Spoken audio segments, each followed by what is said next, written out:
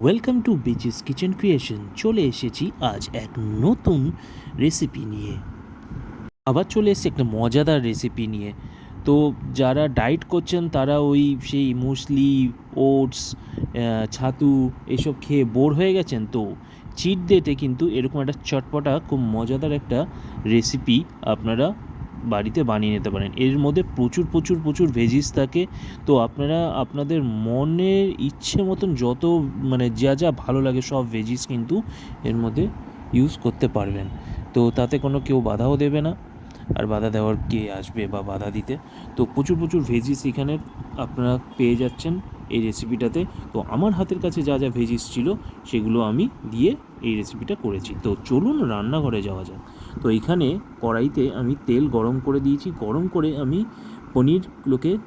পনিরের কিউবগুলোকে ভালো করে একটু ভেজে, ভালো করে বলতে ওই যখন দেখবো একটু দুটো পিঠ লালচে লালচে, এদিকে যখন লালচে লালচে হয়ে আসবে দুটো পিঠ, তখনই আমি নামিয়ে নেব কড়াই থেকে। খুব বেশি কিন্তু ভাজলে পনির কিন্তু একদম রাবারি হয়ে যাবে, খেতে ভালো লাগবে না। ওই জুসি ব্যাপারটা চলে যাবে, নরম ভাবটা চলে যাবে, এটি রাবারি রাবারি চলে আসবে। তো দুটো পিঠ যখন হালকা একটু ব্রাউনিশ হয়ে আসবে তখনই কিন্তু আমরা নামিয়ে নেব। আর এই চ্যানেলটা যারা নতুন দেখছেন প্লিজ চ্যানেলটাকে সাবস্ক্রাইব করে দেবেন।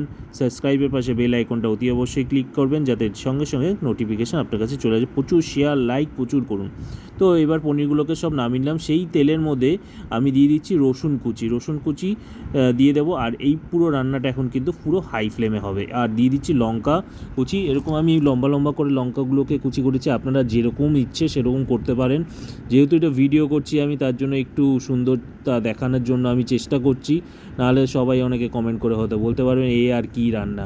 তো এখানে আমি স্প্রিং অনিয়নের যে সাদা পোর্শনটা থাকে সেটাকে আমি কুচনো করা ছিল, সেটা আমি দিলাম। আর এখন কিন্তু পুরো রান্নাটা একদম হাই ফ্লেমে হবে, একদম কোনো লো বা মিডিয়াম ফ্লেমে হবে না। এইবার ভেজিসের মধ্যে এই বেবিকর্ন আর ফুলকপি, বেবিকর্ন আর ফুলকপিটাকে টুকরো করে আমি একটু গরম জলে ভাপিয়ে নিয়েছি, কারণ প্রচুর ময়লা থাকে, তার জন্য আমি গরম জলে নুন দিয়ে একটু ভাপিয়ে নিয়েছি। আর পেঁয়াজ, ক্যাপসিকাম, হলুদ ক্যাপসিকাম, তারপর সবুজ ক্যাপসিকাম যেটা আছে সেগুলোকে কিন্তু আমি কোনো রকম ভাপাইনি, কারণ এটা আমি পুরো কাঁচা অবস্থায় দিচ্ছি যাতে এটা ক্রাঞ্চি হয়। আর এটা কিন্তু আমি পুরো নরম ভাপ করব না, হাই ফ্লেমে একদম ক্রাঞ্চি ব্যাপারটা থাকবে, কিন্তু কাঁচা ব্যাপারটা থাকবে না, ওই সময়ের মধ্যে করব। এখানে দিয়ে দিচ্ছি আমি কিছু সুইট কর্ন, যেটাকে আমি কিন্তু নুন দিয়ে একটু ফুটিয়ে নিয়েছি, কারণ ডিরেক্ট সুইট কর্ন দিলে অতটা টেস্ট হয় না, একটু জলে যদি ফুটিয়ে নেন তাহলে কিন্তু টেস্টটা খুব ভালো হয়।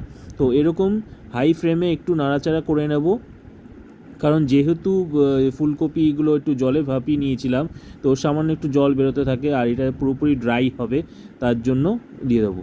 আর এখানে আমি দিয়ে অল্প সামান্য একটু মিষ্টি আর স্বাদ অনুসারে নুন ব্যবহার করছি, যাতে টেস্টটা খুব সুন্দর ব্যালেন্স হয়। এইবার আমি এইখানে সস যেটা ব্যবহার করব সেই সসটা তৈরি করব।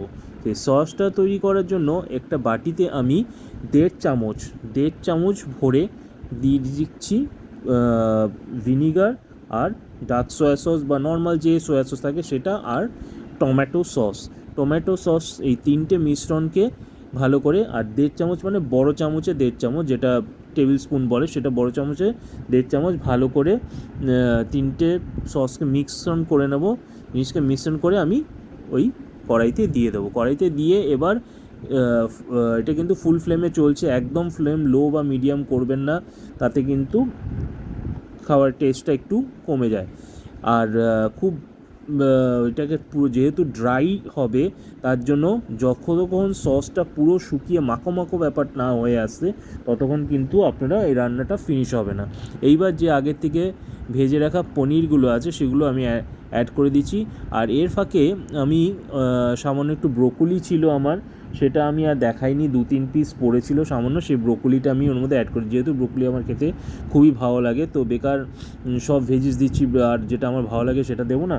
এবার রান্নার একদম শেষ শুকিয়ে গেছে, তো উপরে আমি ওই স্প্রিং অনিয়ন ছড়িয়ে দিলাম, আর খুবই টেস্টি আর ইয়াম্মি হয় এই খাবারটা। আপনারা জাস্ট চিট ডেতে এটা কিন্তু এই ট্যাঙ্গি খাবারটা আপনারা খেয়ে টেস্ট করে আমাকে জানান কেমন লাগলো।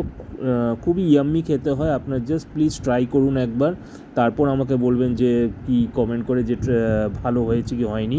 তো চিট ডেতে আপনারা এটা কিন্তু ট্রাই করতেই পারেন, যারা বেসিক্যালি জিম করছেন বা ডায়েট করছেন তারা এটা খাওয়াটা খেতে পারেন। খুবই হেলদি, খুব একটা বেশি মনে হয় না তেল খুব একটা বেশি ইউজ করা হয়েছে বা আমি করেছি। তো এইবার এটাকে সুন্দর করে সাজিয়ে নিচ্ছি। এটা আপনাদের যখন বাড়িতে করবেন আপনারা সুন্দর করে সাজাতে থাকা, যেহেতু ভিডিওর জন্য আমি এটাকে সুন্দর করে একটু সাজিয়ে নিচ্ছি। তো বন্ধুরা, যারা এই ভিডিওটা নতুন দেখছেন, ফেসবুক থেকে দেখুন, ইউটিউব থেকে দেখুন, যেখান থেকে খুশি দেখুন, প্লিজ চ্যানেলটাকে সাবস্ক্রাইব করুন। ফেসবুক থেকে দেখলে চ্যানেলটাকে ফলো করুন, আপনাদের বন্ধু বান্ধব আত্মীয় স্বজন সবার সাথে চ্যানেলটাকে শেয়ার করুন প্লিজ। আরেকবার বলছি, প্লিজ প্লিজ প্লিজ শেয়ার করুন চ্যানেলটাকে, যত পারবেন আপনারা শেয়ার করবে তত বেশি আমি মোটিভেটেড হব, তত ভালো ভালো রেসিপি আপনাদের সাথে আসবো।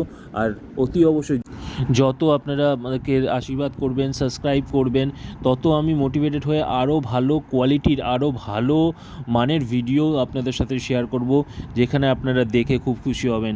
এটা আপনাদের কাছে এখন তো একটা request, please please please subscribe করার সাথে সাথে চ্যানেলটাকে প্রচুর প্রচুর শেয়ার করুন। শেয়ার করতে তো জাস্ট একটু শেয়ার বাটনটা করে বাকি আপনাদের বন্ধুবান্ধবের সাথে জাস্ট ট্যাগ করে দিন।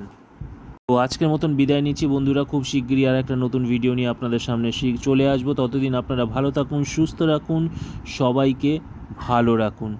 নমস্কার, গুড নাইট।